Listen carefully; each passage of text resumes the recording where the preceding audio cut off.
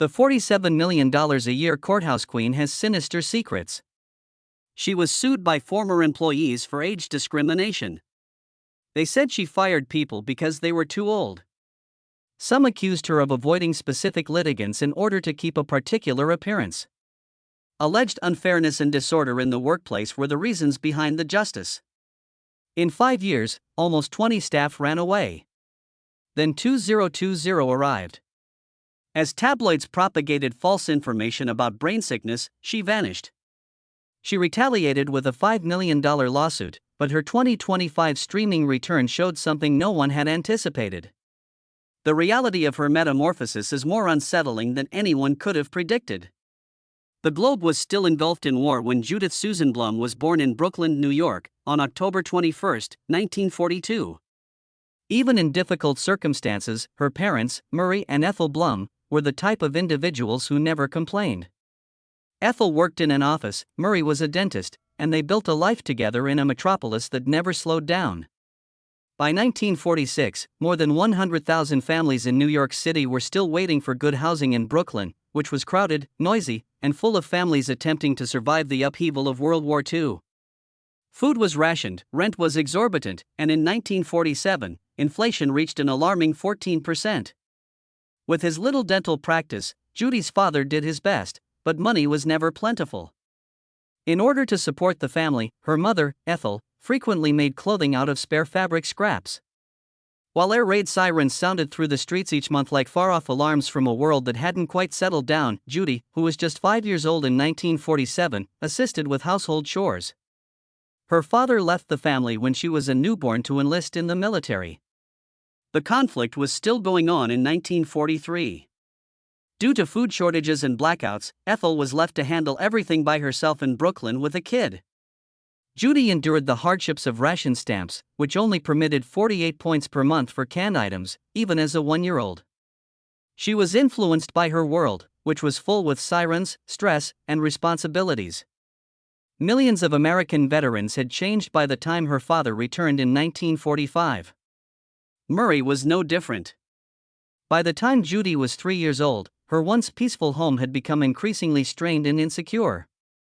Even if her parents remained married, the mental burden never went away because divorce rates were on the rise nationwide, having increased by almost 50% by that time. Judy was manipulating other children in the neighborhood and planning games from the age of 4. She had no choice but to grow up quickly. Something that happened in 1955 stuck with her. She heard rumors that her grandfather, Murray's father, had been a bootlegger when she was 13, at a laid-back family get-together. When unemployment skyrocketed to 24% in 1932, during the Great Depression, he sneaked alcohol across Brooklyn to make ends meet. He allegedly used dental supply routes to conceal bottles under the floorboards in order to evade detection. The family nearly lost everything in 1934 when authorities almost grabbed him during a sweep that caught over 500 people. Judy was taken aback. It wasn't consistent with the tidy existence she believed she was familiar with. However, she was captivated by it rather than resentful. She began reading about court cases and criminals. Something ignited inside her, including the trial of Al Capone in 1931. She had more in mind than simply avoiding danger. She desired to comprehend it, manage it, and possibly even halt it. Judy was 14 when she started James Madison High School in Brooklyn in 1956. With more than 3,000 pupils, it was a vast location, but she immediately made an impression. Her GPA was around 2.5, not because of her grades, but more because of her presence. She joined the debate club and began to win. Although she had won 5 regional titles by 1959, things weren't always easy. She boycotted a dozen classes that year in protest of antiquated dress standards that forbade girls from wearing trousers. Due to poor food, she organized a walkout of 20 pupils in the cafeteria in 1957. Teachers were unsure on how to interpret her. Years before segregation became a prevalent topic among high school students, she argued civil rights issues like it despite not being on the honor list. Because she claimed to have moral concerns to the uniform, she even received detention for fabricating notes to Miss Jim. And even though there were more than 100 gangs in Brooklyn by 1958, Judy followed her own principles and never joined any that she didn't support. She had no intention of impressing anyone. She was being Judy. Judy moved from Brooklyn to Washington, D.C., in 1960 as the civil rights movement began to tremble the nation. She majored in government when she enrolled at American University. Campuses were still attempting to restrict women in those days. There were severe curfews. In class, pants were not allowed. And any indication of autonomy was monitored. Judy, however, did not back down.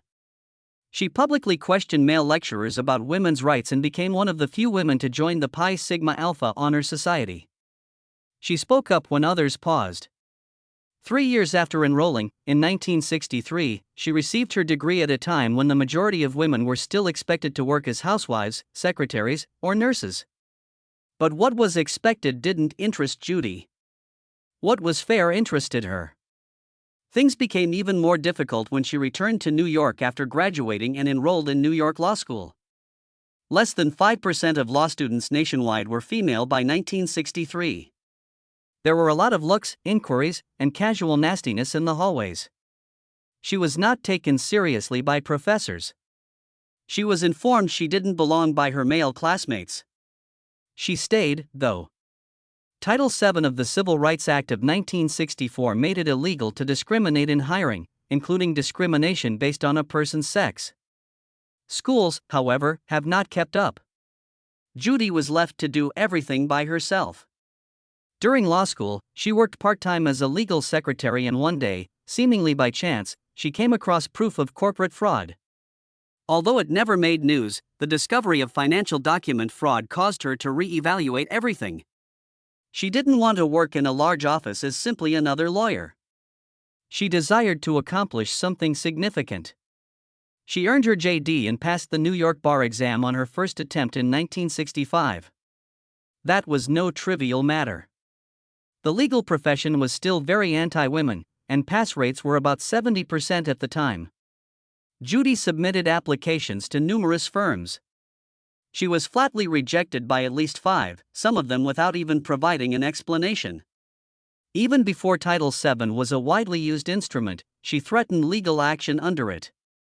Judy Scanlon had previously quit her position as a corporate lawyer 5 years prior in 1972. To raise Jamie and Adam, her children, she left that behind. However, she learned of a position in the family court system in New York City that year from a buddy from law school. She risked it. She would be thrust into one of the city's most dysfunctional systems as a result of that choice. She dealt with thousands of instances involving juvenile crime, domestic violence, and child abuse over the course of the following 5 years. Although that probably includes her later years as a judge, some claim the figure was over 20,000. Nevertheless, the courtroom was harsh in those early years. In addition to the already unstable 1970s, she had to contend with a corrupt system. Judges who wished to ignore her were put off by her direct approach. Crime among children was on the rise. In an attempt to keep children out of adult jails, the 1974 Juvenile Justice and Delinquency Prevention Act had recently been established, but its implementation was uneven. She was going through her own personal changes at the same time. She married Ronald Levy for 12 years before divorcing him in 1976. She wed Jerry Schindlin a year later, in 1977. However, it didn't deter her. She persisted in pursuing abusers, exposing falsified foster care records, and advocating for changes that truly decreased recurrent offenses. She worked in a city with a growing and tragic number of child maltreatment cases. She witnessed every aspect of domestic abuse, which increased by 20% throughout that decade.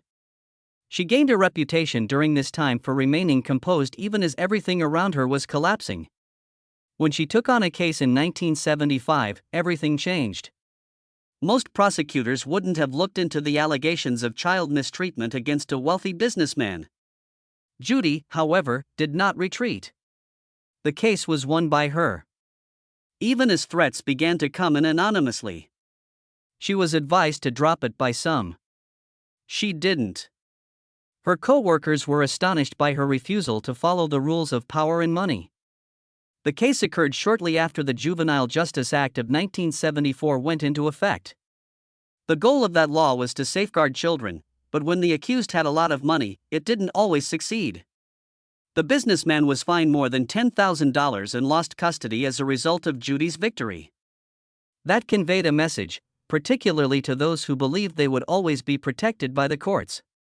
Her reputation for targeting the elite began to grow, but at a personal expense. Paradoxically, she was battling for custody of her own children following her divorce. However, her efforts had a significant impact. Recidivism decreased by 10% as a result of the local measures pushed by that one case. For the child in question, it ended a risky pattern.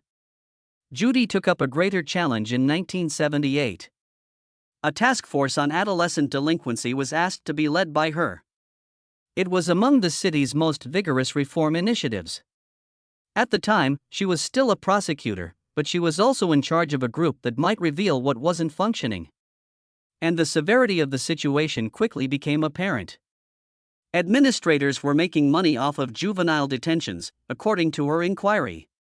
One individual was immediately confronted by her, and in 1980 he was found guilty.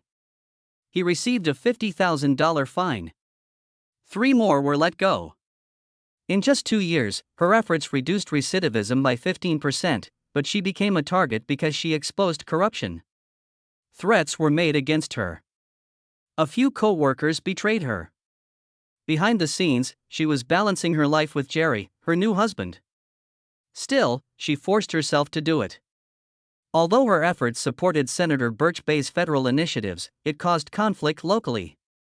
Nevertheless, hundreds of children were spared from being sent to adult prisons or placed in unproductive systems. She almost lost her career as a result of that work, but in 1982 she was appointed a judge. She was appointed to the Bronx Family Court by Mayor Ed Koch in the same year. Her workload skyrocketed. Every week, she rendered decisions in over 150 instances. She reduced the backlog of cases in court by 40%. Although severe, her approach was effective. She didn't care that some defense lawyers referred to her as a monster. She witnessed the worst of people. Children are being used by parents in custody disputes. Welfare fraudsters are defrauding the system. Even the child's underarms were drilled by one mother. It was a terrible case. It brought to mind the events of the McMartin preschool case in 1983, where fabricated allegations of abuse had gotten out of hand. Judy, however, saw through the lies and rendered decisions that truly protected people, in contrast to those who hesitated. Her courtroom gained a reputation for proceeding swiftly but meticulously. She rose to the position of supervising judge in Manhattan's family court by 1986. She made headlines once more that year. She openly criticized a child abuse case that resulted in what she perceived to be an unreasonably light penalty. The defense lawyers were incensed. She refused to comply with their demands to have her removed. She cited actual instances, such as the 1983 to 1990 McMartin trial, where millions of dollars were lost due to aggressive interviews that resulted in bogus claims. In her own court, she observed similar trends. People ignore employment, lie, and use children for financial gain. She had a heated argument with a lawyer who felt their client should have luxury while receiving welfare. "Not on my money, she doesn't," Judy retorted. She almost lost her job because of that kind of remarks. However, it also brought her fame. She called out a system that frequently allows the most vulnerable to slip through the gaps and revealed the shortcomings of social workers. Although she was already well known in New York legal circles by 1990, the Los Angeles Times brought her to the attention of the entire nation that year. One case caught their attention when they profiled her courtroom. A father who failed to provide for his children was sentenced to community service in a homeless shelter by her. It wasn't merely a penalty. It served as an empathy lesson. By then, she had rendered decisions in more than 20,000 cases. From parents who believed that money could cover up negligence to mothers who had children solely to receive welfare increases, her courtroom had saw it all. She divorced Jerry that same year, but they quickly got married again. She claimed that the separation improved her concentration. Stronger will. She was referred to as a legal superhero in the article. It wasn't incorrect. She authored her first novel in 1993. The title, Don't Pee on My Leg and Tell Me It's Raining, was as direct as she was. More than 100,000 copies were sold. She exposed everything in it, including dishonest court employees, indolent litigants, and parents having children solely to receive benefits. She related anecdotes directly from the courtroom. A woman without a job who demands accommodation in Manhattan. Children are being used as leverage by their parents. Repeatedly letting juvenile offenders go free. She also chastised social workers, particularly for mishandling abuse situations. She observed the same trends that had tainted the McMartin prosecution, in which 360 false accusations resulted from forceful interrogation. Neither the book nor the general public held back. They adored it. She was the subject of a segment on 60 Minutes that same year. She was seen reprimanding a man for lying under oath in court. The video became viral.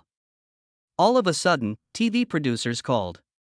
The rest of the nation wanted to see her do it live after she had handled more than 150 cases per week and exposed lies. Judge Judy made its debut in September 1996. It wasn't anticipated to be successful, but everything changed when she stepped onto the screen.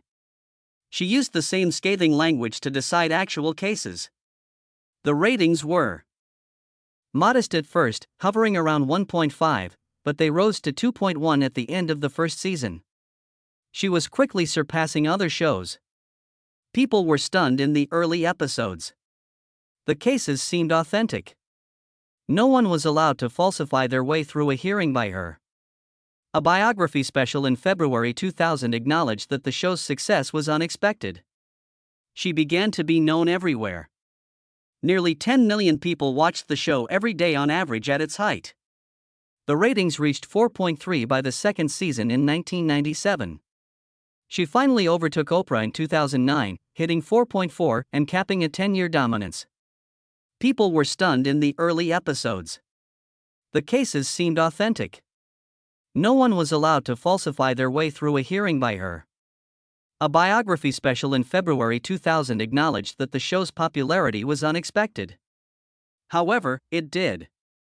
She began to be known everywhere. Nearly 10 million people watched the show every day on average at its height.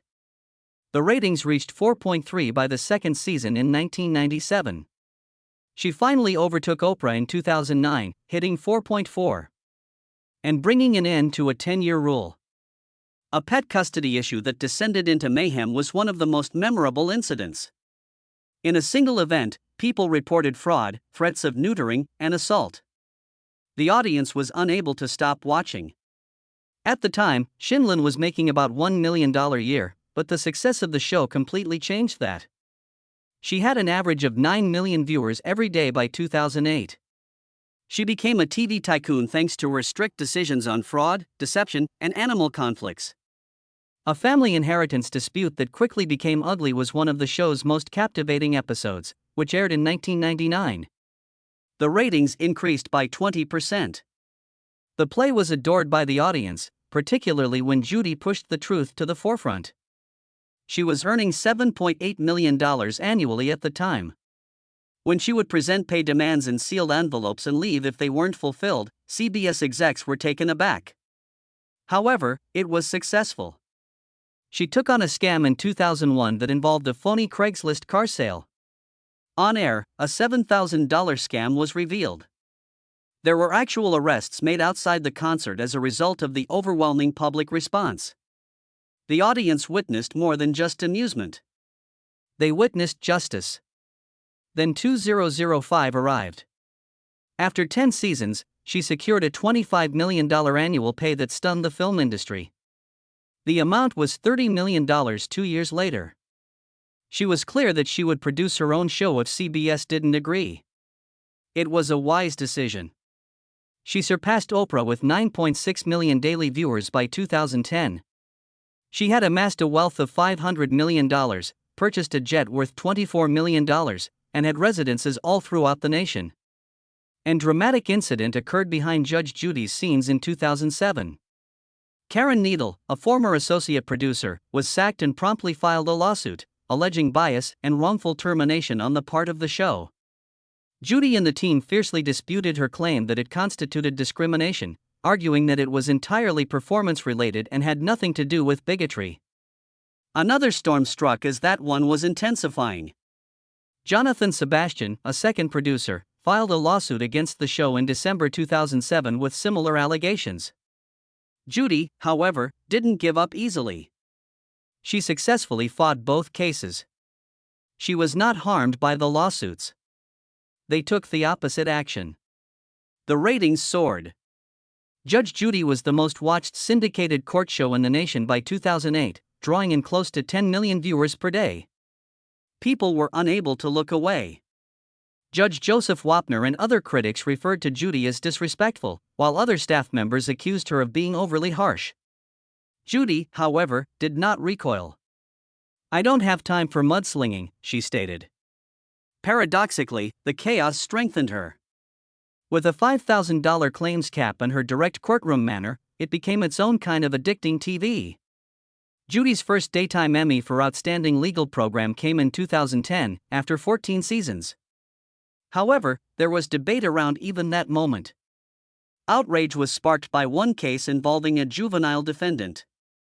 Judy had questioned the teenager about damaging a pet and shattering TVs. And there was an instant outcry when she forced a destitute youngster to cry live. It was deemed degrading by critics. Wapner emerged once more. Accused her of being conceited and of lying about what true judges ought to be. The public continued to watch, nevertheless. By then, more than 2,000 episodes were aired, with an average of 6 to 7 million people every day, yet no ethical probes had been started. Judy justified her behavior by claiming that she was instilling responsibility in the youth. Not all she did in court was watch TV. It turned into a setting where drama and justice collided, and the drama paid off. Then, in 2013, a startling legal development turned the tide. Judy was the one bringing the lawsuit this time. She filed a malpractice lawsuit against her former attorney, Fred Fenster, in a $1.7 million case that dates back to 1999. Kay Switzer and Sandy Sprechman, two of the show's producers, claimed that Fenster had not obtained the royalties they had been promised.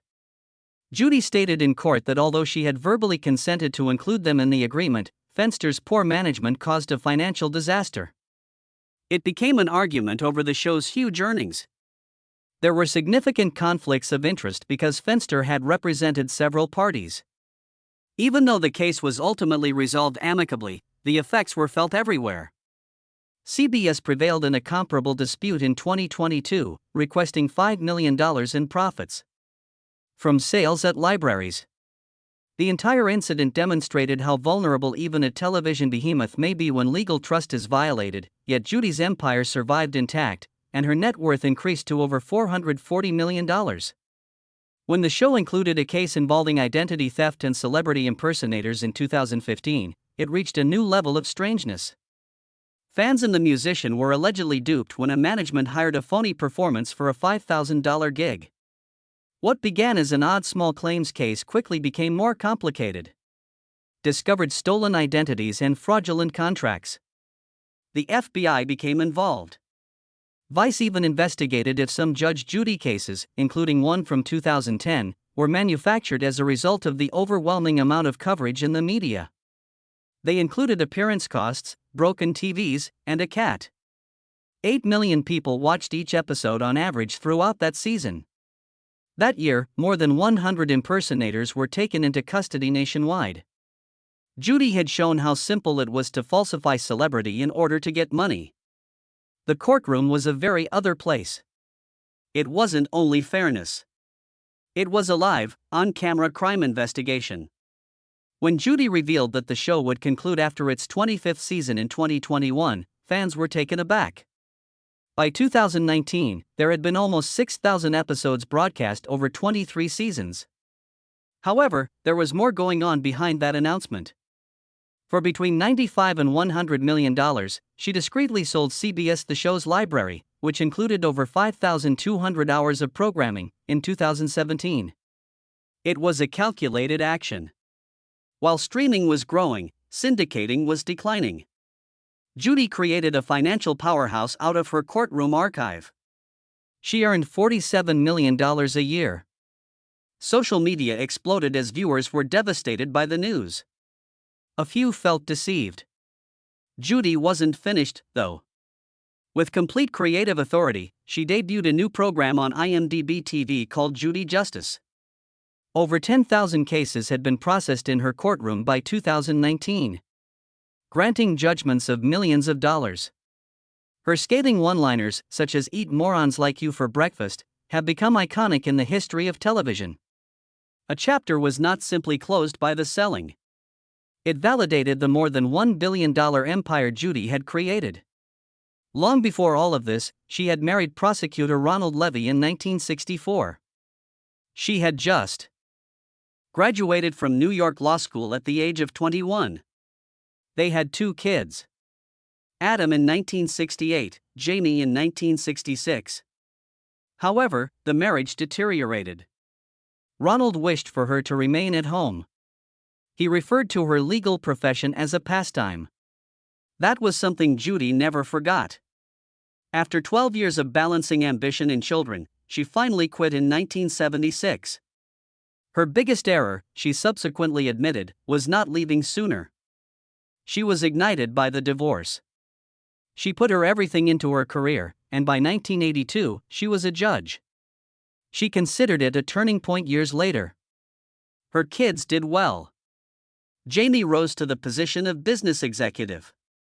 Adam became a district attorney by following in her footsteps. Then Jerry arrived. She met Jerry Shenlin in a pub in 1977. Although he was separated, he was still legally married. Judy didn't hold out. She advised him to get married to her and finalize his divorce. Yes, he did. Before her father passed away in 1990 and Judy became overwhelmed, they blended their families and appeared to be indestructible. She claimed that Jerry wasn't supporting her. She gave him divorce papers the following day. 13 years came to an abrupt end. Love, however, endured. Following couples counseling and some harsh realities, they got married again a year later, in 1991. In any case, Judy said, males are all the same.